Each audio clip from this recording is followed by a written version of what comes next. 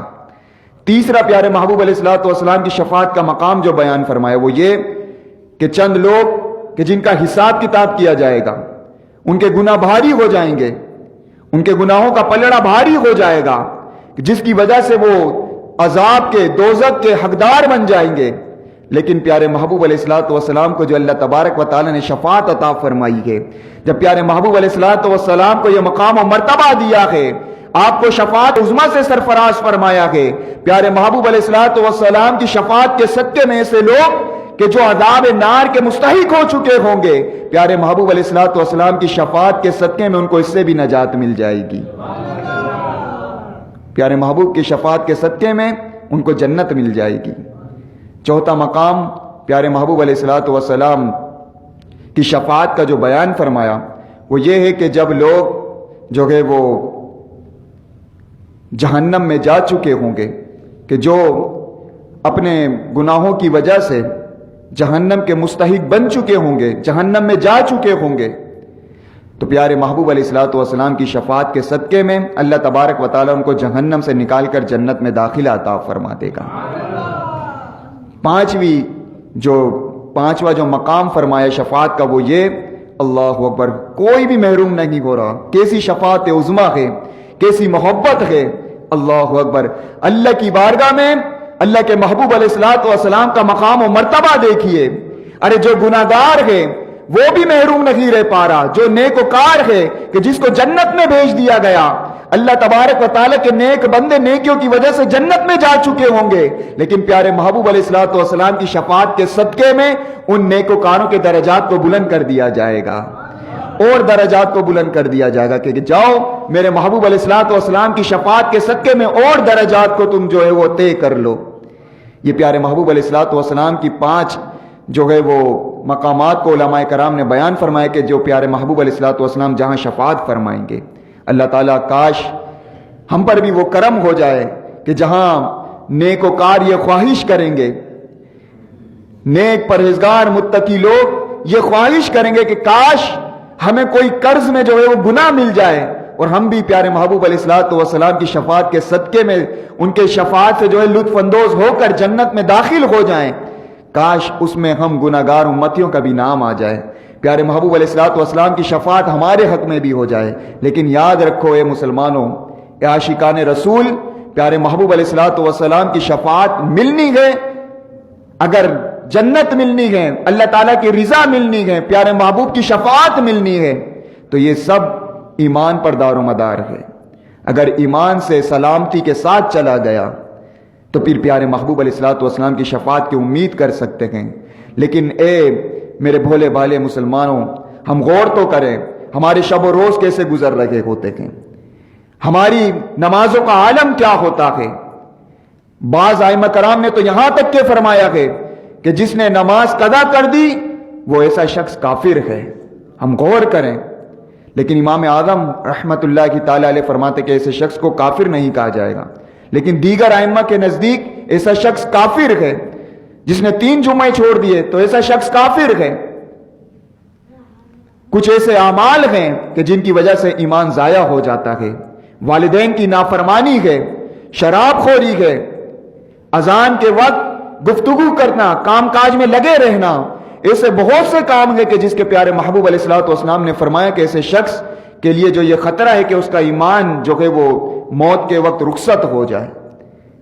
ہم ڈریں، غور کریں، کہیں ہم سے کوئی ایسا کام نہ ہو رہا ہو کہ جس سے اللہ اور اس کے رسول کی نافرمانی ہو رہی ہو، اور اس کی بدولت، اس کی جو ہے نحوست کی وجہ سے اگر ہمارا ایمان جو ہے یہ ایمان جیسی عظیم دولت ہم سے مرتے وقت شیطان چھڑانے میں جو ہے وہ کامیاب ہو گیا تو ہمارا آخرت میں بنے گا کیا؟ ہم غور تو کریں۔ ارے ہم اس پیارے محبوب کی امت میں ہیں کہ قیامت کے دن کسی کی نہیں چلنی، آدم علیہ السلام بھی ہونے ہیں، نوح علیہ الصلوۃ والسلام کی ذات بھی ہوگی، ابراہیم علیہ الصلوۃ والسلام کی ذات بھی ہوگی، موسیٰ اور عیسیٰ علیہ الصلوۃ والسلام کی ذات ہوگی، لیکن اللہ کسی کی جو ہے یہ ان کو جرت نہیں ہوگی کہ یہ اللہ کی بارگاہ میں کچھ عرض کر دیں۔ لیکن اس وقت بھی جب کسی کی سنی جائے گی اس وقت بھی اگر کسی کی شفاعت کو قبول کیا جائے گا تو میرے اور آپ کے آقا و مولا صلی اللہ علیہ وسلم کی ذات ہے. پھر کیوں نہ ان سے رشتے کو قائم کیا جائے, ان سے رشتے کو مضبوط کیا جائے. بڑی طویل حدیث مبارکہ ہے کہ جس کو ہم حدیث شفاعت کہتے ہیں. جب اتنا سختی والا دن ہوگا, اللہ تعالیٰ کا قہر و غضب عروج پر ہوگا, لوگ نفس نفسی کے عالم میں ہوں گے. ارے غور کریں, ہم تصور میں لائیں اس دن کو. سورج سوانیزہ پر رہ کر آگ برسا رہا ہوگا. ارے وہ ماں کہ جس کو اپنے بچے کی تکلیف کا احساس ہو جایا کرتا تھا, ماں بچے سے کہے گی اے بیٹا میں نے تیری پرورش کری ہے, تجھے پالا ہے, اپنا خون پلایا ہے, آج مجھے ایک نیکی کی ضرورت پڑ رہی ہے, کیا تو مجھے ایک نیکی دے گا؟ بچہ اپنی ماں کو منع کر دے گا کہ آج میں آپ کو ایک نیکی بھی نہیں دے سکتا. ماں باپ اپنی اولاد کو منع کر دیں گے کہ آج ہم تمہیں ایک نیکی بھی نہیں دے سکتے. آج اس دن کوئی رشتہ دار, کوئی ماں باپ کام نہیں آئے گا. لوگ آدم علیہ الصلوۃ والسلام کے پاس جائیں گے اتنے سختی کے دن میں کہ کاش ہمارے ساتھ فیصلہ کر دیا جائے, ہمارا حساب کتاب شروع کر دیا جائے. آدم علیہ السلام کی بارگاہ میں سارا محشر حاضر ہوگا, عرض کرے گا کہ آپ تو ابو البشر ہیں, آپ انسانوں کے باپ ہیں, آپ کو تو اللہ تبارک و تعالیٰ نے اپنے دست قدرت سے پیدا فرمایا ہے. آپ کی جو ہے وہ تعریف و توصیف کو بیان کریں گے اور عرض کریں گے کہ آپ اللہ کی بارگاہ میں ہمارے لیے کچھ عرض کر دیں, سفارش کر دیں. آج بڑا سختی کا دن ہے, ہم سے یہ سختی کا دن دور ہو جائے. لیکن آدم علیہ الصلوۃ والسلام فرمائیں گے, اور ان کا مقام و مرتبہ دیکھیے, آپ فرمائیں گے کہ اذهبوا الی غیری, کہ آج اللہ تبارک و تعالیٰ کا قہر و غضب کا اس طرح ایسا ہوا ہے کہ آج میرے علاوہ کسی اور کی طرف جاؤ. میری بھی ہمت نہیں پڑتی کہ میں اپنی رب کی بارگاہ میں کچھ سفارش پیش کر دوں, آج تو ہمیں اپنی لگی ہوئی ہے. آدم علیہ الصلوۃ والسلام نوح علیہ السلام کی طرف بھیج دیں گے لوگوں کو. یہ تمام کا تمام محشر, یہ لوگ نوح علیہ السلام کی بارگاہ میں حاضر ہوں گے, آپ کی تعریف کو بیان کریں گے. تصور میں لائیں وہ کیسا دن ہوگا. نوح علیہ الصلوۃ والسلام کی تعریف بیان ہو رہی ہے کہ آپ اس دنیا میں سب سے پہلے تشریف لانے والے رسول ہیں کہ جن کو نئی شریعت کے ساتھ بھیجا گیا ہے. آپ اللہ کی بارگاہ میں ہمارے لیے کچھ سفارش کر دیں, اللہ ہم سے اس سختی والے دین کو دور کر دے. تو آپ کی زبان پر بھی اذهبوا الی غیری کے الفاظ ہوں گے کہ اے بندو, آج رب کا ایسا قہر غضب ہوا ہے کہ آج میرے علاوہ کسی اور کی طرف جاؤ. رب تبارک و تعالیٰ کے اس قہر و غضب میں میری کچھ ہمت نہیں پڑتی کہ میں اس کی بارگاہ میں کچھ سفارش کر دوں. نوح علیہ الصلوۃ والسلام ابراہیم علیہ السلام کے پاس بھیج دیں گے. ابراہیم علیہ الصلوۃ والسلام کے پاس لوگ حاضر ہوں گے, کہیں گے کہ آپ تو اللہ کے خلیل ہیں, آپ نے اپنا سب کچھ اللہ اکبر اللہ کی محبت کی خاطر قربان کر دیا. اللہ تبارک و تعالیٰ نے آپ کو اپنا خلیل بنا لیا ہے, آپ کا بڑا مقام و مرتبہ ہے. آج کسی کی نہیں سن رہی, کسی کی سنی نہیں جا رہی. آدم علیہ السلام نے بھیج دیا, نوح علیہ السلام نے بھیج دیا, آج آپ اللہ کی بارگاہ میں ہمارے لیے کچھ سفارش کر دیں. ابراہیم علیہ السلام بھی کہیں گے اذهبوا الی غیری, اے میرے بندو, اے مجھ سے توقع رکھنے والوں, آج کا دن میرے لیے نہیں ہے. آج رب تبارک و تعالیٰ کا ایسا قہر و غضب ہوا ہے کہ آج میری بھی کوئی ہمت نہیں پڑتی کہ اس کی بارگاہ میں کچھ سفارش کر دوں. آپ علیہ الصلوۃ والسلام موسیٰ علیہ السلام کے پاس بھیج دیں گے. موسیٰ علیہ الصلوۃ والسلام کی زبان پر بھی اذهبوا الی غیری ہوگی کہ آج کسی اور کے پاس جاؤ. وہ عیسیٰ علیہ الصلوۃ والسلام کے پاس بھیج دیں گے. عیسیٰ علیہ الصلوۃ والسلام بھی کہیں گے کہ اذهبوا الی غیری, ارے آج رب تبارک و تعالیٰ کا قہر و غضب ایسا ہے کہ ہماری کوئی جرت نہیں پڑتی کہ اس کی بارگاہ میں کچھ سفارش کر دیں, کچھ عرض کر دیں. اے مسلمانوں, اے عاشقان رسول, غور تو کرو کیسا سختی والا دن ہے, اور کیسے مقام و مرتبے والے انبیاء کرام ہیں کہ جن کی اللہ کی بارگاہ میں بولنے کی جرت نہیں ہو رہی. ارے ہم غور کریں کہ شب و روز کیسے گزر رہے ہیں. ارے یہ تو وہ لوگ ہیں کہ جو معصوم ہیں, ان سے گناہ کا تصور ہی نہیں ہے. ہماری صبح و شام دن رات رب تبارک و تعالیٰ کی نافرمانی میں گزرتے جا رہے ہیں اور امید رکھتے ہیں کہ اللہ تعالیٰ ہمیں جنت میں بھیج دے گا. ارے یہ کیسے مقام و مرتبے والے لوگ ہیں, ان کے صدقے میں لوگوں کے بیڑے پار ہوتے ہیں, مغفرتیں ہوتی ہیں. لیکن ایسے سختی والے دن بھی ان کی کوئی جرت نہیں پڑ رہی کہ آج کسی اور کی طرف جاؤ. ارے کون ہے کہ آدم علیہ السلام کی نہیں سنی جا رہی, موسیٰ علیہ السلام کی نہیں سنی جا رہی, ابراہیم علیہ السلام کی نہیں سنی جا رہی, ایسے جلیل القدر انبیاء کرام کی نہیں سنی جا رہی, تو پھر وہ کون سی ذات ہے؟ ارے وہ کون شخص ہے کہ جس کی آج سنی جائے گی؟ خدا کی قسم آج جس کی سنی جائے گی, نہ آدم کی سنی جائے گی, نہ ابراہیم کی سنی جائے گی, نہ اسماعیل کی سنی جائے گی, نہ موسیٰ و عیسیٰ کی سنی جائے گی. اگر سنی جائے گی تو آپ کے اور میرے آقا و مولا صلی اللہ علیہ وسلم کی سنی جائے گی.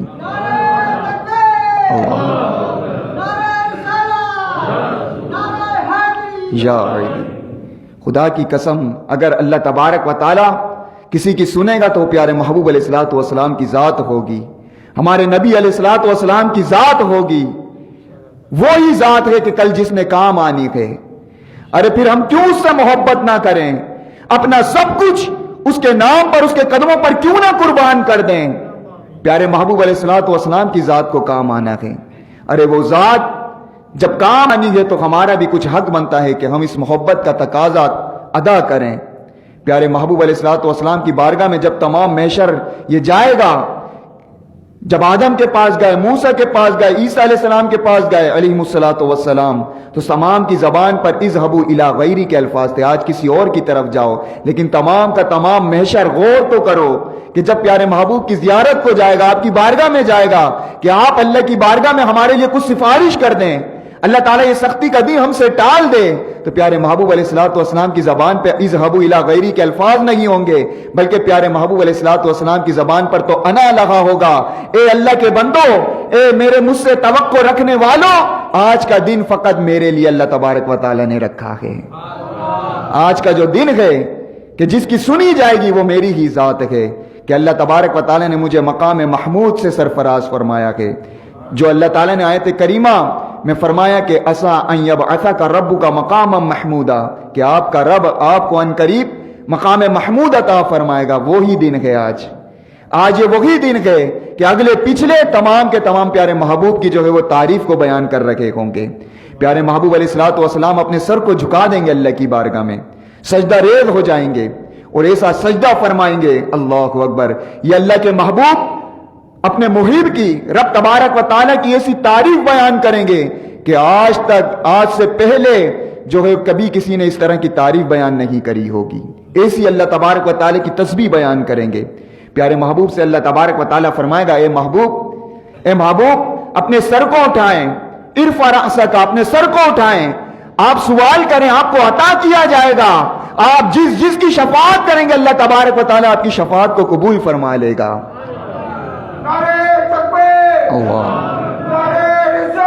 یا رسول اللہ, یا